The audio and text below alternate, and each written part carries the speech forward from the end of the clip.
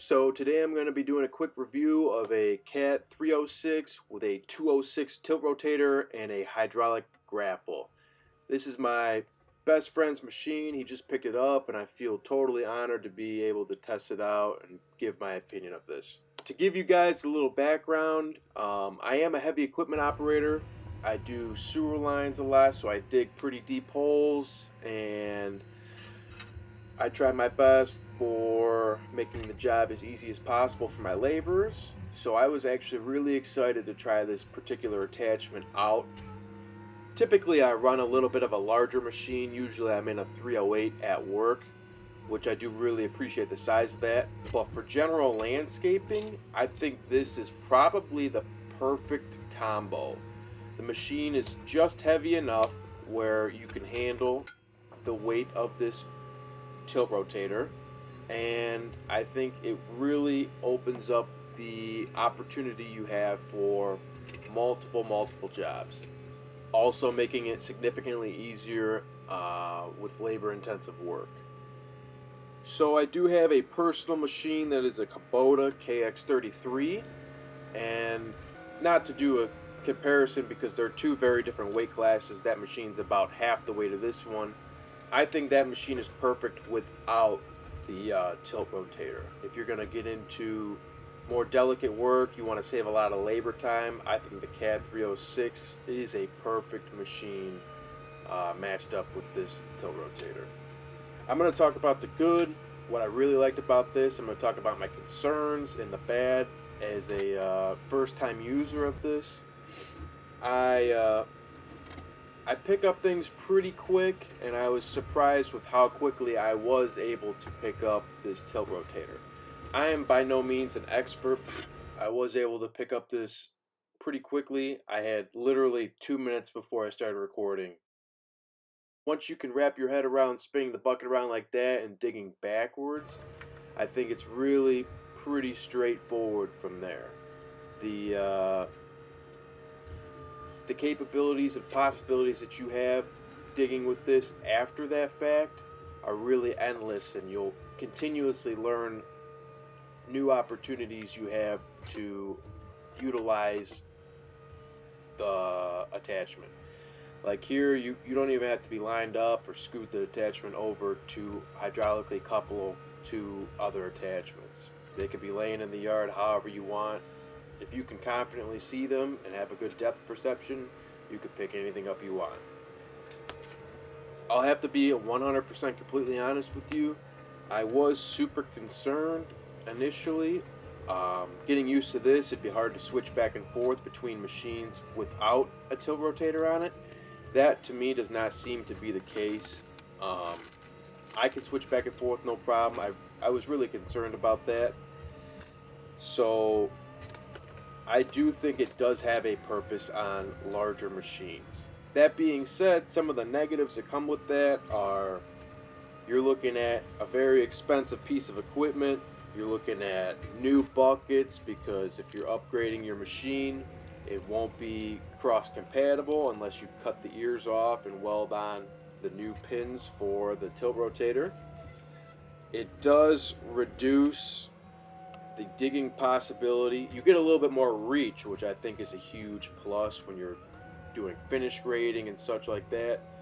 But having that tilt rotator drop your dipper arm down an additional foot, you lose a lot of leverage, in my opinion. It requires a larger machine. You might have some limited dealer support. I think the worst case, if they had to service it, you're looking about a 6-hour drive compared to not having one. But the advantages of this, I do believe, outweigh all of those. If you have the capital to invest in this, I would highly suggest trying to consider it in your business plans. If you're not at this step in your business yet, in terms of having trucks to move this and trailers, it will require a pretty substantial investment. So one of my good friends, Rob, is the one that purchased this machine, and typically he runs 550s, but he did have to upgrade his fleet got a 750 and got a heavier duty trailer pretty much specifically for this machine. Now, he's realizing the other benefits of that, where he can move 2 bobcats at once, or move a lot of his snow equipment that he wasn't able to move before.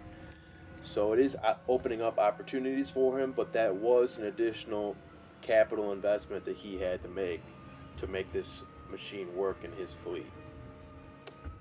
Like I said, I was using this for more things than I thought was possible. As you can see right there, that claw on the back, I thought I was going to kind of miss having a thumb. I do prefer having a thumb. I don't run one at work, but I run one at home. The reason we don't run them at work is because when you're digging around utilities, sometimes it does get in the way. At home, I do a lot of cleanup work with it, so it is nice to be able to pick things up a little bit easier.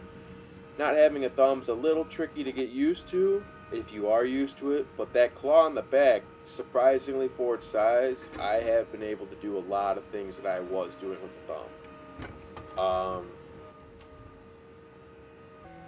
This really speeds up the production of grading because you don't have to constantly keep readjusting the machine to get level. Sometimes I'd use the front blade to prop the machine up to get to the same pitch as the bucket when I'm trying to pull grade. It makes it a little bit easier. This, if you could see it, you could pretty much angle the bucket any way you need to adjust the slope and the grade. In my opinion, you pretty much eliminate the need for 2 additional laborers. I can get away with most jobs, I would say, with this with 1. And it does make it quite a bit easier for that particular guy. I love having the hydraulic quick connect for the buckets themselves, and I do believe if you looking at the data on this particular attachment, this has a very good resale value for your machine. As you can see right here, I'm organizing some blocks, and yeah, I could do it with the thumb, but when I was doing this with my excavator, I was constantly moving the machine and adjusting the blocks.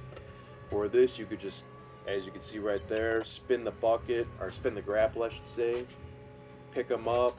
You can inspect them all the way around. It seems to be a little bit more easy to be gentle on these blocks. With the Kubota, I was chipping them up a little bit more than I would like to. Towards the end, I got a lot better at it, but being in this for 20 minutes, I don't think I chipped any of them because I was able to pick them up pretty nicely with this grapple. Now, this grapple is some serious money. It's a serious capital investment for just a excavator attachment, but it does definitely have its uses. Most people aren't going to be stacking retaining wall block like this, but these blocks are actually 250 pounds a piece. This machine could easily pick up 4 or 5 of them, no problem. So I would definitely consider that an advantage. I was a little bit worried about the claw on the back being kind of light duty, but like I said before, I've really been able to pick up some pretty significant things with it. I was picking up some of the skid steer attachments I have, some of the buckets for the dingo with no problem. I definitely do think this has an advantage for most jobs. I think an advantage to the Kubota would be waterproofing. You could get in a little bit tighter of spots with that particular machine. Probably trenching work you're going to want to be doing with that. But realistically, any type of hardscape work, setting patios up, doing complex dig jobs that require, any type of slope, I really do think this is where that machine would shine. If you're ripping out trees, if you're specializing in something, I think this would be an excellent machine. I would like to see this attachment with the forks. I think that's what my best friend's going to be buying next for this excavator, and I do think that'll make doing concrete tearouts significantly easier.